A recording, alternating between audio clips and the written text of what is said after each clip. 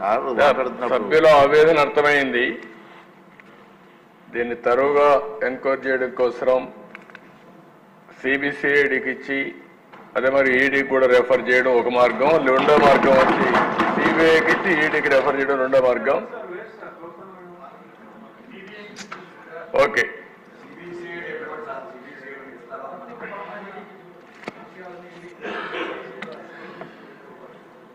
Okay. Then ఇవన్నీ చూసిన తర్వాత నాకు అనిపించడం ఏంటంటే ఈ తరువు ఎంక్వైరీ జరగాల్సిన అవసరం ఉంది. ఎందుకంటే ఎంత జరిగింది ఫ్రాడ్ అనేది కూడా మనం ఇంకొంచెం తరువుగా పోతే తప్ప ఇది సాధ్యం కాదు. ఈఎన్ఏ దగ్గర నుంచి, ఆల్కహాల్ సప్లైస్ అయిన దగ్గర నుంచి, డిస్టిలరీ దగ్గర నుంచి ఎంత వచ్చింది, ఎంత ఆఫ్లో పోయింది, ఇవన్నీ కూడా తరువుగా చేయాల్సిన అవసరం ఉంది. అందుకనే 5 సంవత్సరాలు లక్షల కోట్ల రూపాయలు నగదు అమ్మకాలు జరిగాయంటే అది కూడా సొంత డిస్టరీస్ పెట్టుకొని చేశారంటే ఇది చాలా భయంకరమైన పెద్ద స్కామ్ ఇది. ఇవన్నీ కూడా మనం చూసినప్పుడు నాన్ డ్యూటీ పెయిడ్ లిక్కర్ ఎంత పోయింది అవన్నీ ఉన్నాయి. ఫైనల్గా వాస్తవాలన్నీ బయట రావాలి. అందుకనే ఈ ప్రభుత్వం దీన్ని సిబిసిఐడి ఎంక్వైరీకి ఇస్తూ అదే సమయంలో దీని అవసరమైతే ఈడీ సపోర్ట్ కూడా తీసుకోవడానికి పెద్ద ఎత్తున క్యాష్ ట్రాన్సాక్షన్ జరిగాయి కాబట్టి వారికి కూడా రెఫర్ చేస్తాం. అన్ని విధాల చర్యలు తీసుకుని మళ్ళా ప్రజల ప్రాణాలు కాపాడడానికి ఈ రాష్ట్ర ఆదాయాన్ని ఏ విధంగా దుర్వినియోగం చేశారో అవన్నింటిపైన యాక్షన్ తీసుకోవడానికి ప్రభుత్వం సిద్ధంగా ఉంది. ఒకటి ప్రజల ప్రాణాలు, ప్రజల ఆరోగ్యం, అదే సమయంలో పెద్ద ఎత్తున అవినీతి ఇవన్నీ ఉన్నాయి. అన్ని కోణాలు దీంట్లో బయట రావాల్సిన అవసరం ఉంది. తప్పకుండా అవసరమైతే మన మెడికల్ అండ్ హెల్త్ డిపార్ట్మెంట్ కూడా చెప్పి ఆ మధ్యలో 1924 తర్వాత కూడా దీని ఎఫెక్ట్స్ వల్ల ఎంతమంది ఆరోగ్యం నాశనం అయిపోయింది, ఎంతమంది మంగళసూత్రాలు తెగిపోయినాయి, ఇవన్నీ కూడా ఎలక్షన్లో మనం చెప్పాం. అవన్నీ కూడా ఎస్టాబ్లిష్ చేయాల్సిన అవసరం ఉంది. దీనిపైన సిబిసిఐడితో తరో ఎంక్వైరీ చేపిస్తాం. ఈడీ కూడా రెఫర్ చేసి యాక్షన్ తీసుకుంటామని సభ ద్వారా మీకు తెలియజేస్తున్నాను.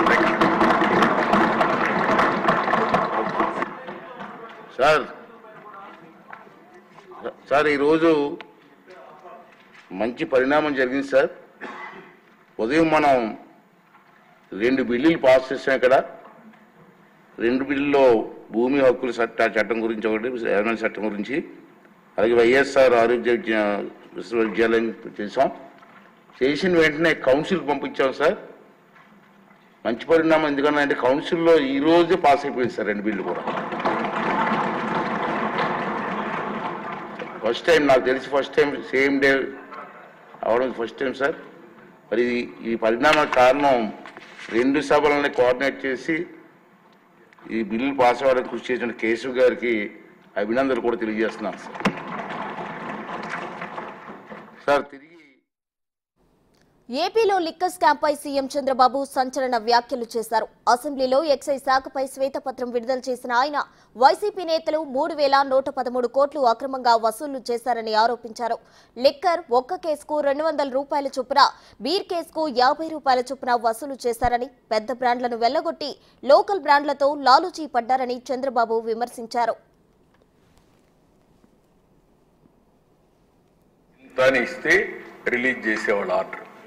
ఒక కేసు ఐఎంఎల్ ఎంత ఉందో దానికి ఇస్తే దానికి రిలీజ్ చేసేవాళ్ళు, బీర్కి చేసేవాళ్ళు.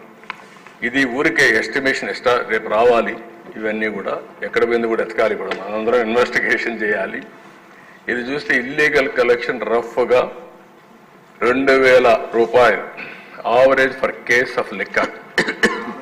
200 రూపాయలు ఆవరేజ్ ఉండేదానిపైన 50 కేసుకి బీర్ సోల్డ్. అదే మరి దీనిపైన మొత్తం ఎస్టిమేటెడ్ ఎక్స్ట్రాక్షన్ ఇల్లీగల్ కలెక్షన్ 1924కి 2,861 వస్తుంది. Only IMFL. బీర్లో 252. 2 క్యాలిక్యులేషన్ చేశాం. ఒకటి ఇల్లీగల్ కలెక్షన్ 200 రూపాయలు average for case of liquor, 50 రూపాయలు కేస్ ఆఫ్ బీర్. ఈ రెండు లెక్కల్లో 2,820 కోట్ల రూపాయలు IMFL, 252 కోట్ల బీర్, మొత్తం కలిస్తే 3,133 కోట్లు. నష్టం నేను చెప్పాను అక్కడ 18,800 కోట్లు తెలంగాణ గ్రోత్ రేటుకి మన గ్రోత్ రేటుకి వ్యత్యాసం. నెక్స్ట్, ఇది మీకందరికీ ఇంపార్టెంట్. ఇది ఫర్ ఏపీలో లిక్కర్ స్కామ్ పై సీఎం చంద్రబాబు సంచలన వ్యాఖ్యలు చేశారు. అసెంబ్లీలో ఎక్సైజ్ శాఖపై శ్వేతపత్రం విడుదల చేశారు ఆయన. అలాగే దీనికి సంబంధించి సిబిసిఐడి ఆధ్వర్యంలో ఎంక్వైరీ చేపిస్తామని చంద్రబాబు అన్నారు. ఆ విధంగా ఆ తర్వాత దానికి కూడా న్యాయం జరగకపోతే ఆ తర్వాత ఈడీకి రిఫర్ చేద్దామని చంద్రబాబు స్పష్టంగా చెప్తున్నారు. అయితే గత ప్రభుత్వం హయాంలో ఏదైతే కుంభకోణం జరిగిందో దానిపై శ్వేతపత్రం విడుదల చేశారు చంద్రబాబు నాయుడు.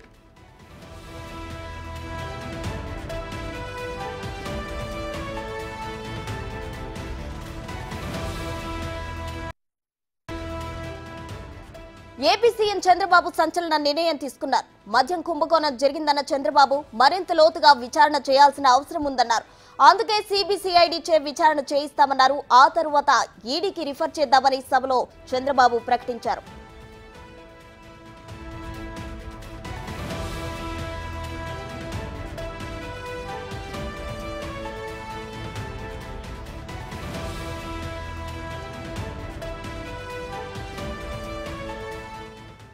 ఇక ఏపీ అసెంబ్లీ సమావేశంలో లిక్కర్ స్కామ్ కు సంబంధించి పవన్ కళ్యాణ్ ఏం మాట్లాడారో ఓసారి చూద్దాం. ఒక చిన్నపాటి ఉద్యోగి తప్పు చేస్తే 20,000 రూపాయలు లంచం తీసుకున్నాడని చెప్పి లంచం తీసుకున్నందుకు ఏసీబీ ఎంక్వైరీ ఉంది, లేదంటే డిపార్ట్మెంటల్ ఎంక్వైరీ ఉంది.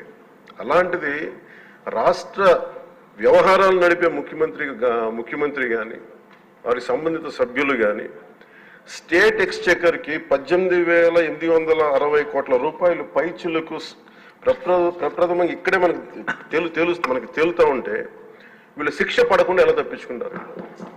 శిక్ష పడాలి. మనకి నైతిక బలం, నైతిక హక్కు ఎలా ఉంటుంది అధ్యక్ష? మనకి ఒక అధికారి 20,000 రూపాయలు నువ్వు తప్పు చేశావని చెప్పి ఏసీబీకి పట్టిస్తున్నావు. వీళ్ళేమో దారుణంగా 18,000 కోట్లు అటు ప్రజల్ని కనీసం వాళ్ళ క్వాలిటీలు మన లిక్కర్ మనకి తాగాలని చెప్పి ఎవరిని మనం కూర్చోబెట్టి మనం పెంపొందించట్లా. ఓకే, ఒక వ్యసనం అనుకోండి, దానికి ఏదైనా పేరు పెట్టుకోండి. ముఖ్యంగా మనకి మద్యపాన నిషేధం అనేది చాలా చాలా కష్టమైన విషయం, ముఖ్యంగా ఆంధ్రప్రదేశ్. ఒక చిన్నపాటి ఉద్యోగి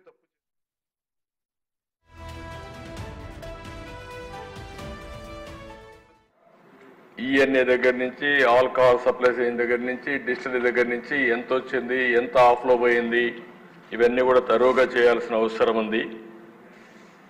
అందుకనే 5 సంవత్సరాలు లక్షల కోట్ల రూపాయలు నగదు అమ్మకాలు జరిగాయంటే, అది కూడా సొంత డిస్టిలరీస్ పెట్టుకొని చేశారంటే ఇది చాలా భయంకరమైన పెద్ద స్కామ్ ఇది. ఇవన్నీ కూడా మనం చూసినప్పుడు నాన్ డ్యూటీ పెయిడ్ లిక్కర్ ఎంత పోయింది అవన్నీ ఉన్నాయి. ఫైనల్గా వాస్తవాలన్నీ బయట రావాలి. అందుకనే ఈ ప్రభుత్వం దీన్ని సిబిసిఐడి ఎంక్వైరీకి ఇస్తూ అదే సమయంలో దీని అవసరమైతే ఈడీ సపోర్ట్ కూడా తీసుకోవడానికి పెద్ద ఎత్తున క్యాష్ ట్రాన్సాక్షన్ జరిగాయి కాబట్టి వారికి కూడా రెఫర్ చేస్తాం. అన్ని విధాల చర్యలు తీసుకుని మళ్ళా ప్రజల ప్రాణాలు కాపాడడానికి ఈ రాష్ట్ర ఆదాయాన్ని ఏ విధంగా దుర్వినియోగం చేశారో అవన్నింటిపైన యాక్షన్ తీసుకోవడానికి ప్రభుత్వం సిద్ధంగా ఉంది.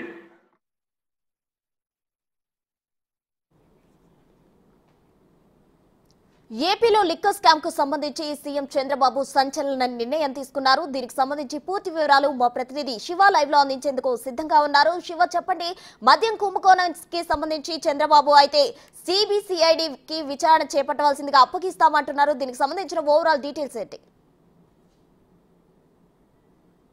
మొత్తం మీద చూసుకుంటే మద్యం కుంభకోణానికి సంబంధించి కూడా ఈరోజు అసెంబ్లీలో చంద్రబాబు శ్వేతపత్రాన్ని విడుదల చేశారు. అయితే ఏదైతే 2019 నుంచి 24 వరకు దాదాపుగా 99,413 కోట్ల రూపాయలు వసూలు చేశారు. దీంట్లో కేవలం 615 కోట్ల రూపాయలు మాత్రమే డిజిటల్ పేమెంట్స్ ద్వారా వసూలు చేయడం జరిగింది. 50,000 కోట్ల రూపాయల పైగా దీంట్లో కుంభకోణం జరిగినట్లు కూడా ప్రాథమికంగా గుర్తించడం జరిగింది. ఇంకా లోతుగా వెళ్ళి దర్యాప్తు జరిపితే గనక ఇంకా ఎక్కువగా జరిగే అవకాశాలు ఎక్కువగా కనిపిస్తా ఉన్నాయి. మద్యం సంబంధించి వెలికి తీస్తుంటే లోపాలు కనిపిస్తా ఉన్నాయి. ఒకటి కాదు, రెండు కాదు, చాలా అక్రమాలు దీంట్లో చోటు చేసుకున్నాయి. అలాగే మద్యానికి సంబంధించి లోతుగా సమగ్రమైన దర్యాప్తు జరపాల్సిన పరిస్థితి కనిపిస్తా ఉంది. ఇప్పటి వరకు జరిగింది ఒక ఎత్తు అయితే ఇక నుంచి విచారణలో ఇంకా అనేకమైన ఆసక్తికర అంశాలు వెలుగులోకి వచ్చే అవకాశం కనిపిస్తా ఉంది. సొంత డిక్షనరీల ద్వారా ఇష్టానుసారంగా మద్యాన్ని షాపుల ద్వారా విక్రయించుకొని ప్రజల ప్రాణాలను పోగొట్టారు. వేల మంది ప్రాణాలు పోవటానికి గత జగన్ సర్కార్ కీలకమైన పాత్ర పోషించింది. బూమ్ బూమ్ పీర్లు, జగన్ బ్రాండ్లు అని ఒక ఇష్టానుసారంగా విక్రయించుకొని దీంట్లో భారీ స్థాయిలో అక్రమాలకు కూడా పాల్పడ్డారు. దీనికి సంబంధించి ఈడీ సహకారంతో సిబిసిఐడి దర్యాప్తుకి ఆదేశిస్తామని చెప్పి కూడా అసెంబ్లీ సాక్షిగా చంద్రబాబు ప్రకటన చేశారు. ఎవరైతే తప్పు చేస్తే భవిష్యత్తులో ఇటువంటి అవకాశం, సో ఎవరైతే వారికి కఠినంగా వ్యవహరించాలని చెప్పి కూడా దీనికి సంఘీభావంగా జనసేన అధినేత పవన్ కళ్యాణ్ ఉప ముఖ్యమంత్రి కూడా మనం 5,000 10,000 లంచం తీసుకున్న సాధారణ ఉద్యోగిపై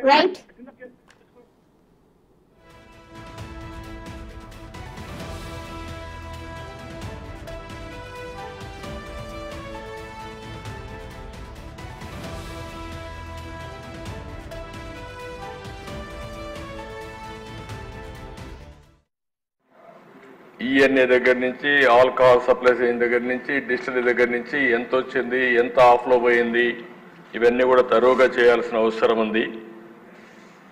అందుకని 5 సంవత్సరాలు లక్షల కోట్ల రూపాయలు నగదు అమ్మకాలు జరిగాయంటే అది కూడా సొంత డిస్టిలరీస్ పెట్టుకొని చేశారంటే ఇది చాలా భయంకరమైన పెద్ద స్కామ్ ఇది. ఇవన్నీ కూడా మనం చూసినప్పుడు నాన్ డ్యూటీ పెయిడ్ లిక్కర్ ఎంత పోయింది అవన్నీ ఉన్నాయి. ఫైనల్గా వాస్తవాలన్నీ బయట రావాలి. అందుకనే ఈ ప్రభుత్వం దీన్ని సిబిసిఐడి ఎంక్వైరీకి ఇస్తూ అదే సమయంలో దీని అవసరమైతే ఈడీ సపోర్ట్ కూడా తీసుకోవడానికి పెద్ద ఎత్తున క్యాష్ ట్రాన్సాక్షన్ జరిగాయి కాబట్టి వారికి కూడా రెఫర్ చేస్తాం. అన్ని విధాల చర్యలు తీసుకుని మళ్ళా ప్రజల ప్రాణాలు కాపాడడానికి ఈ రాష్ట్ర ఆదాయాన్ని ఏ విధంగా దుర్వినియోగం చేశారో అవన్నింటిపైన యాక్షన్ తీసుకోవడానికి ప్రభుత్వం సిద్ధంగా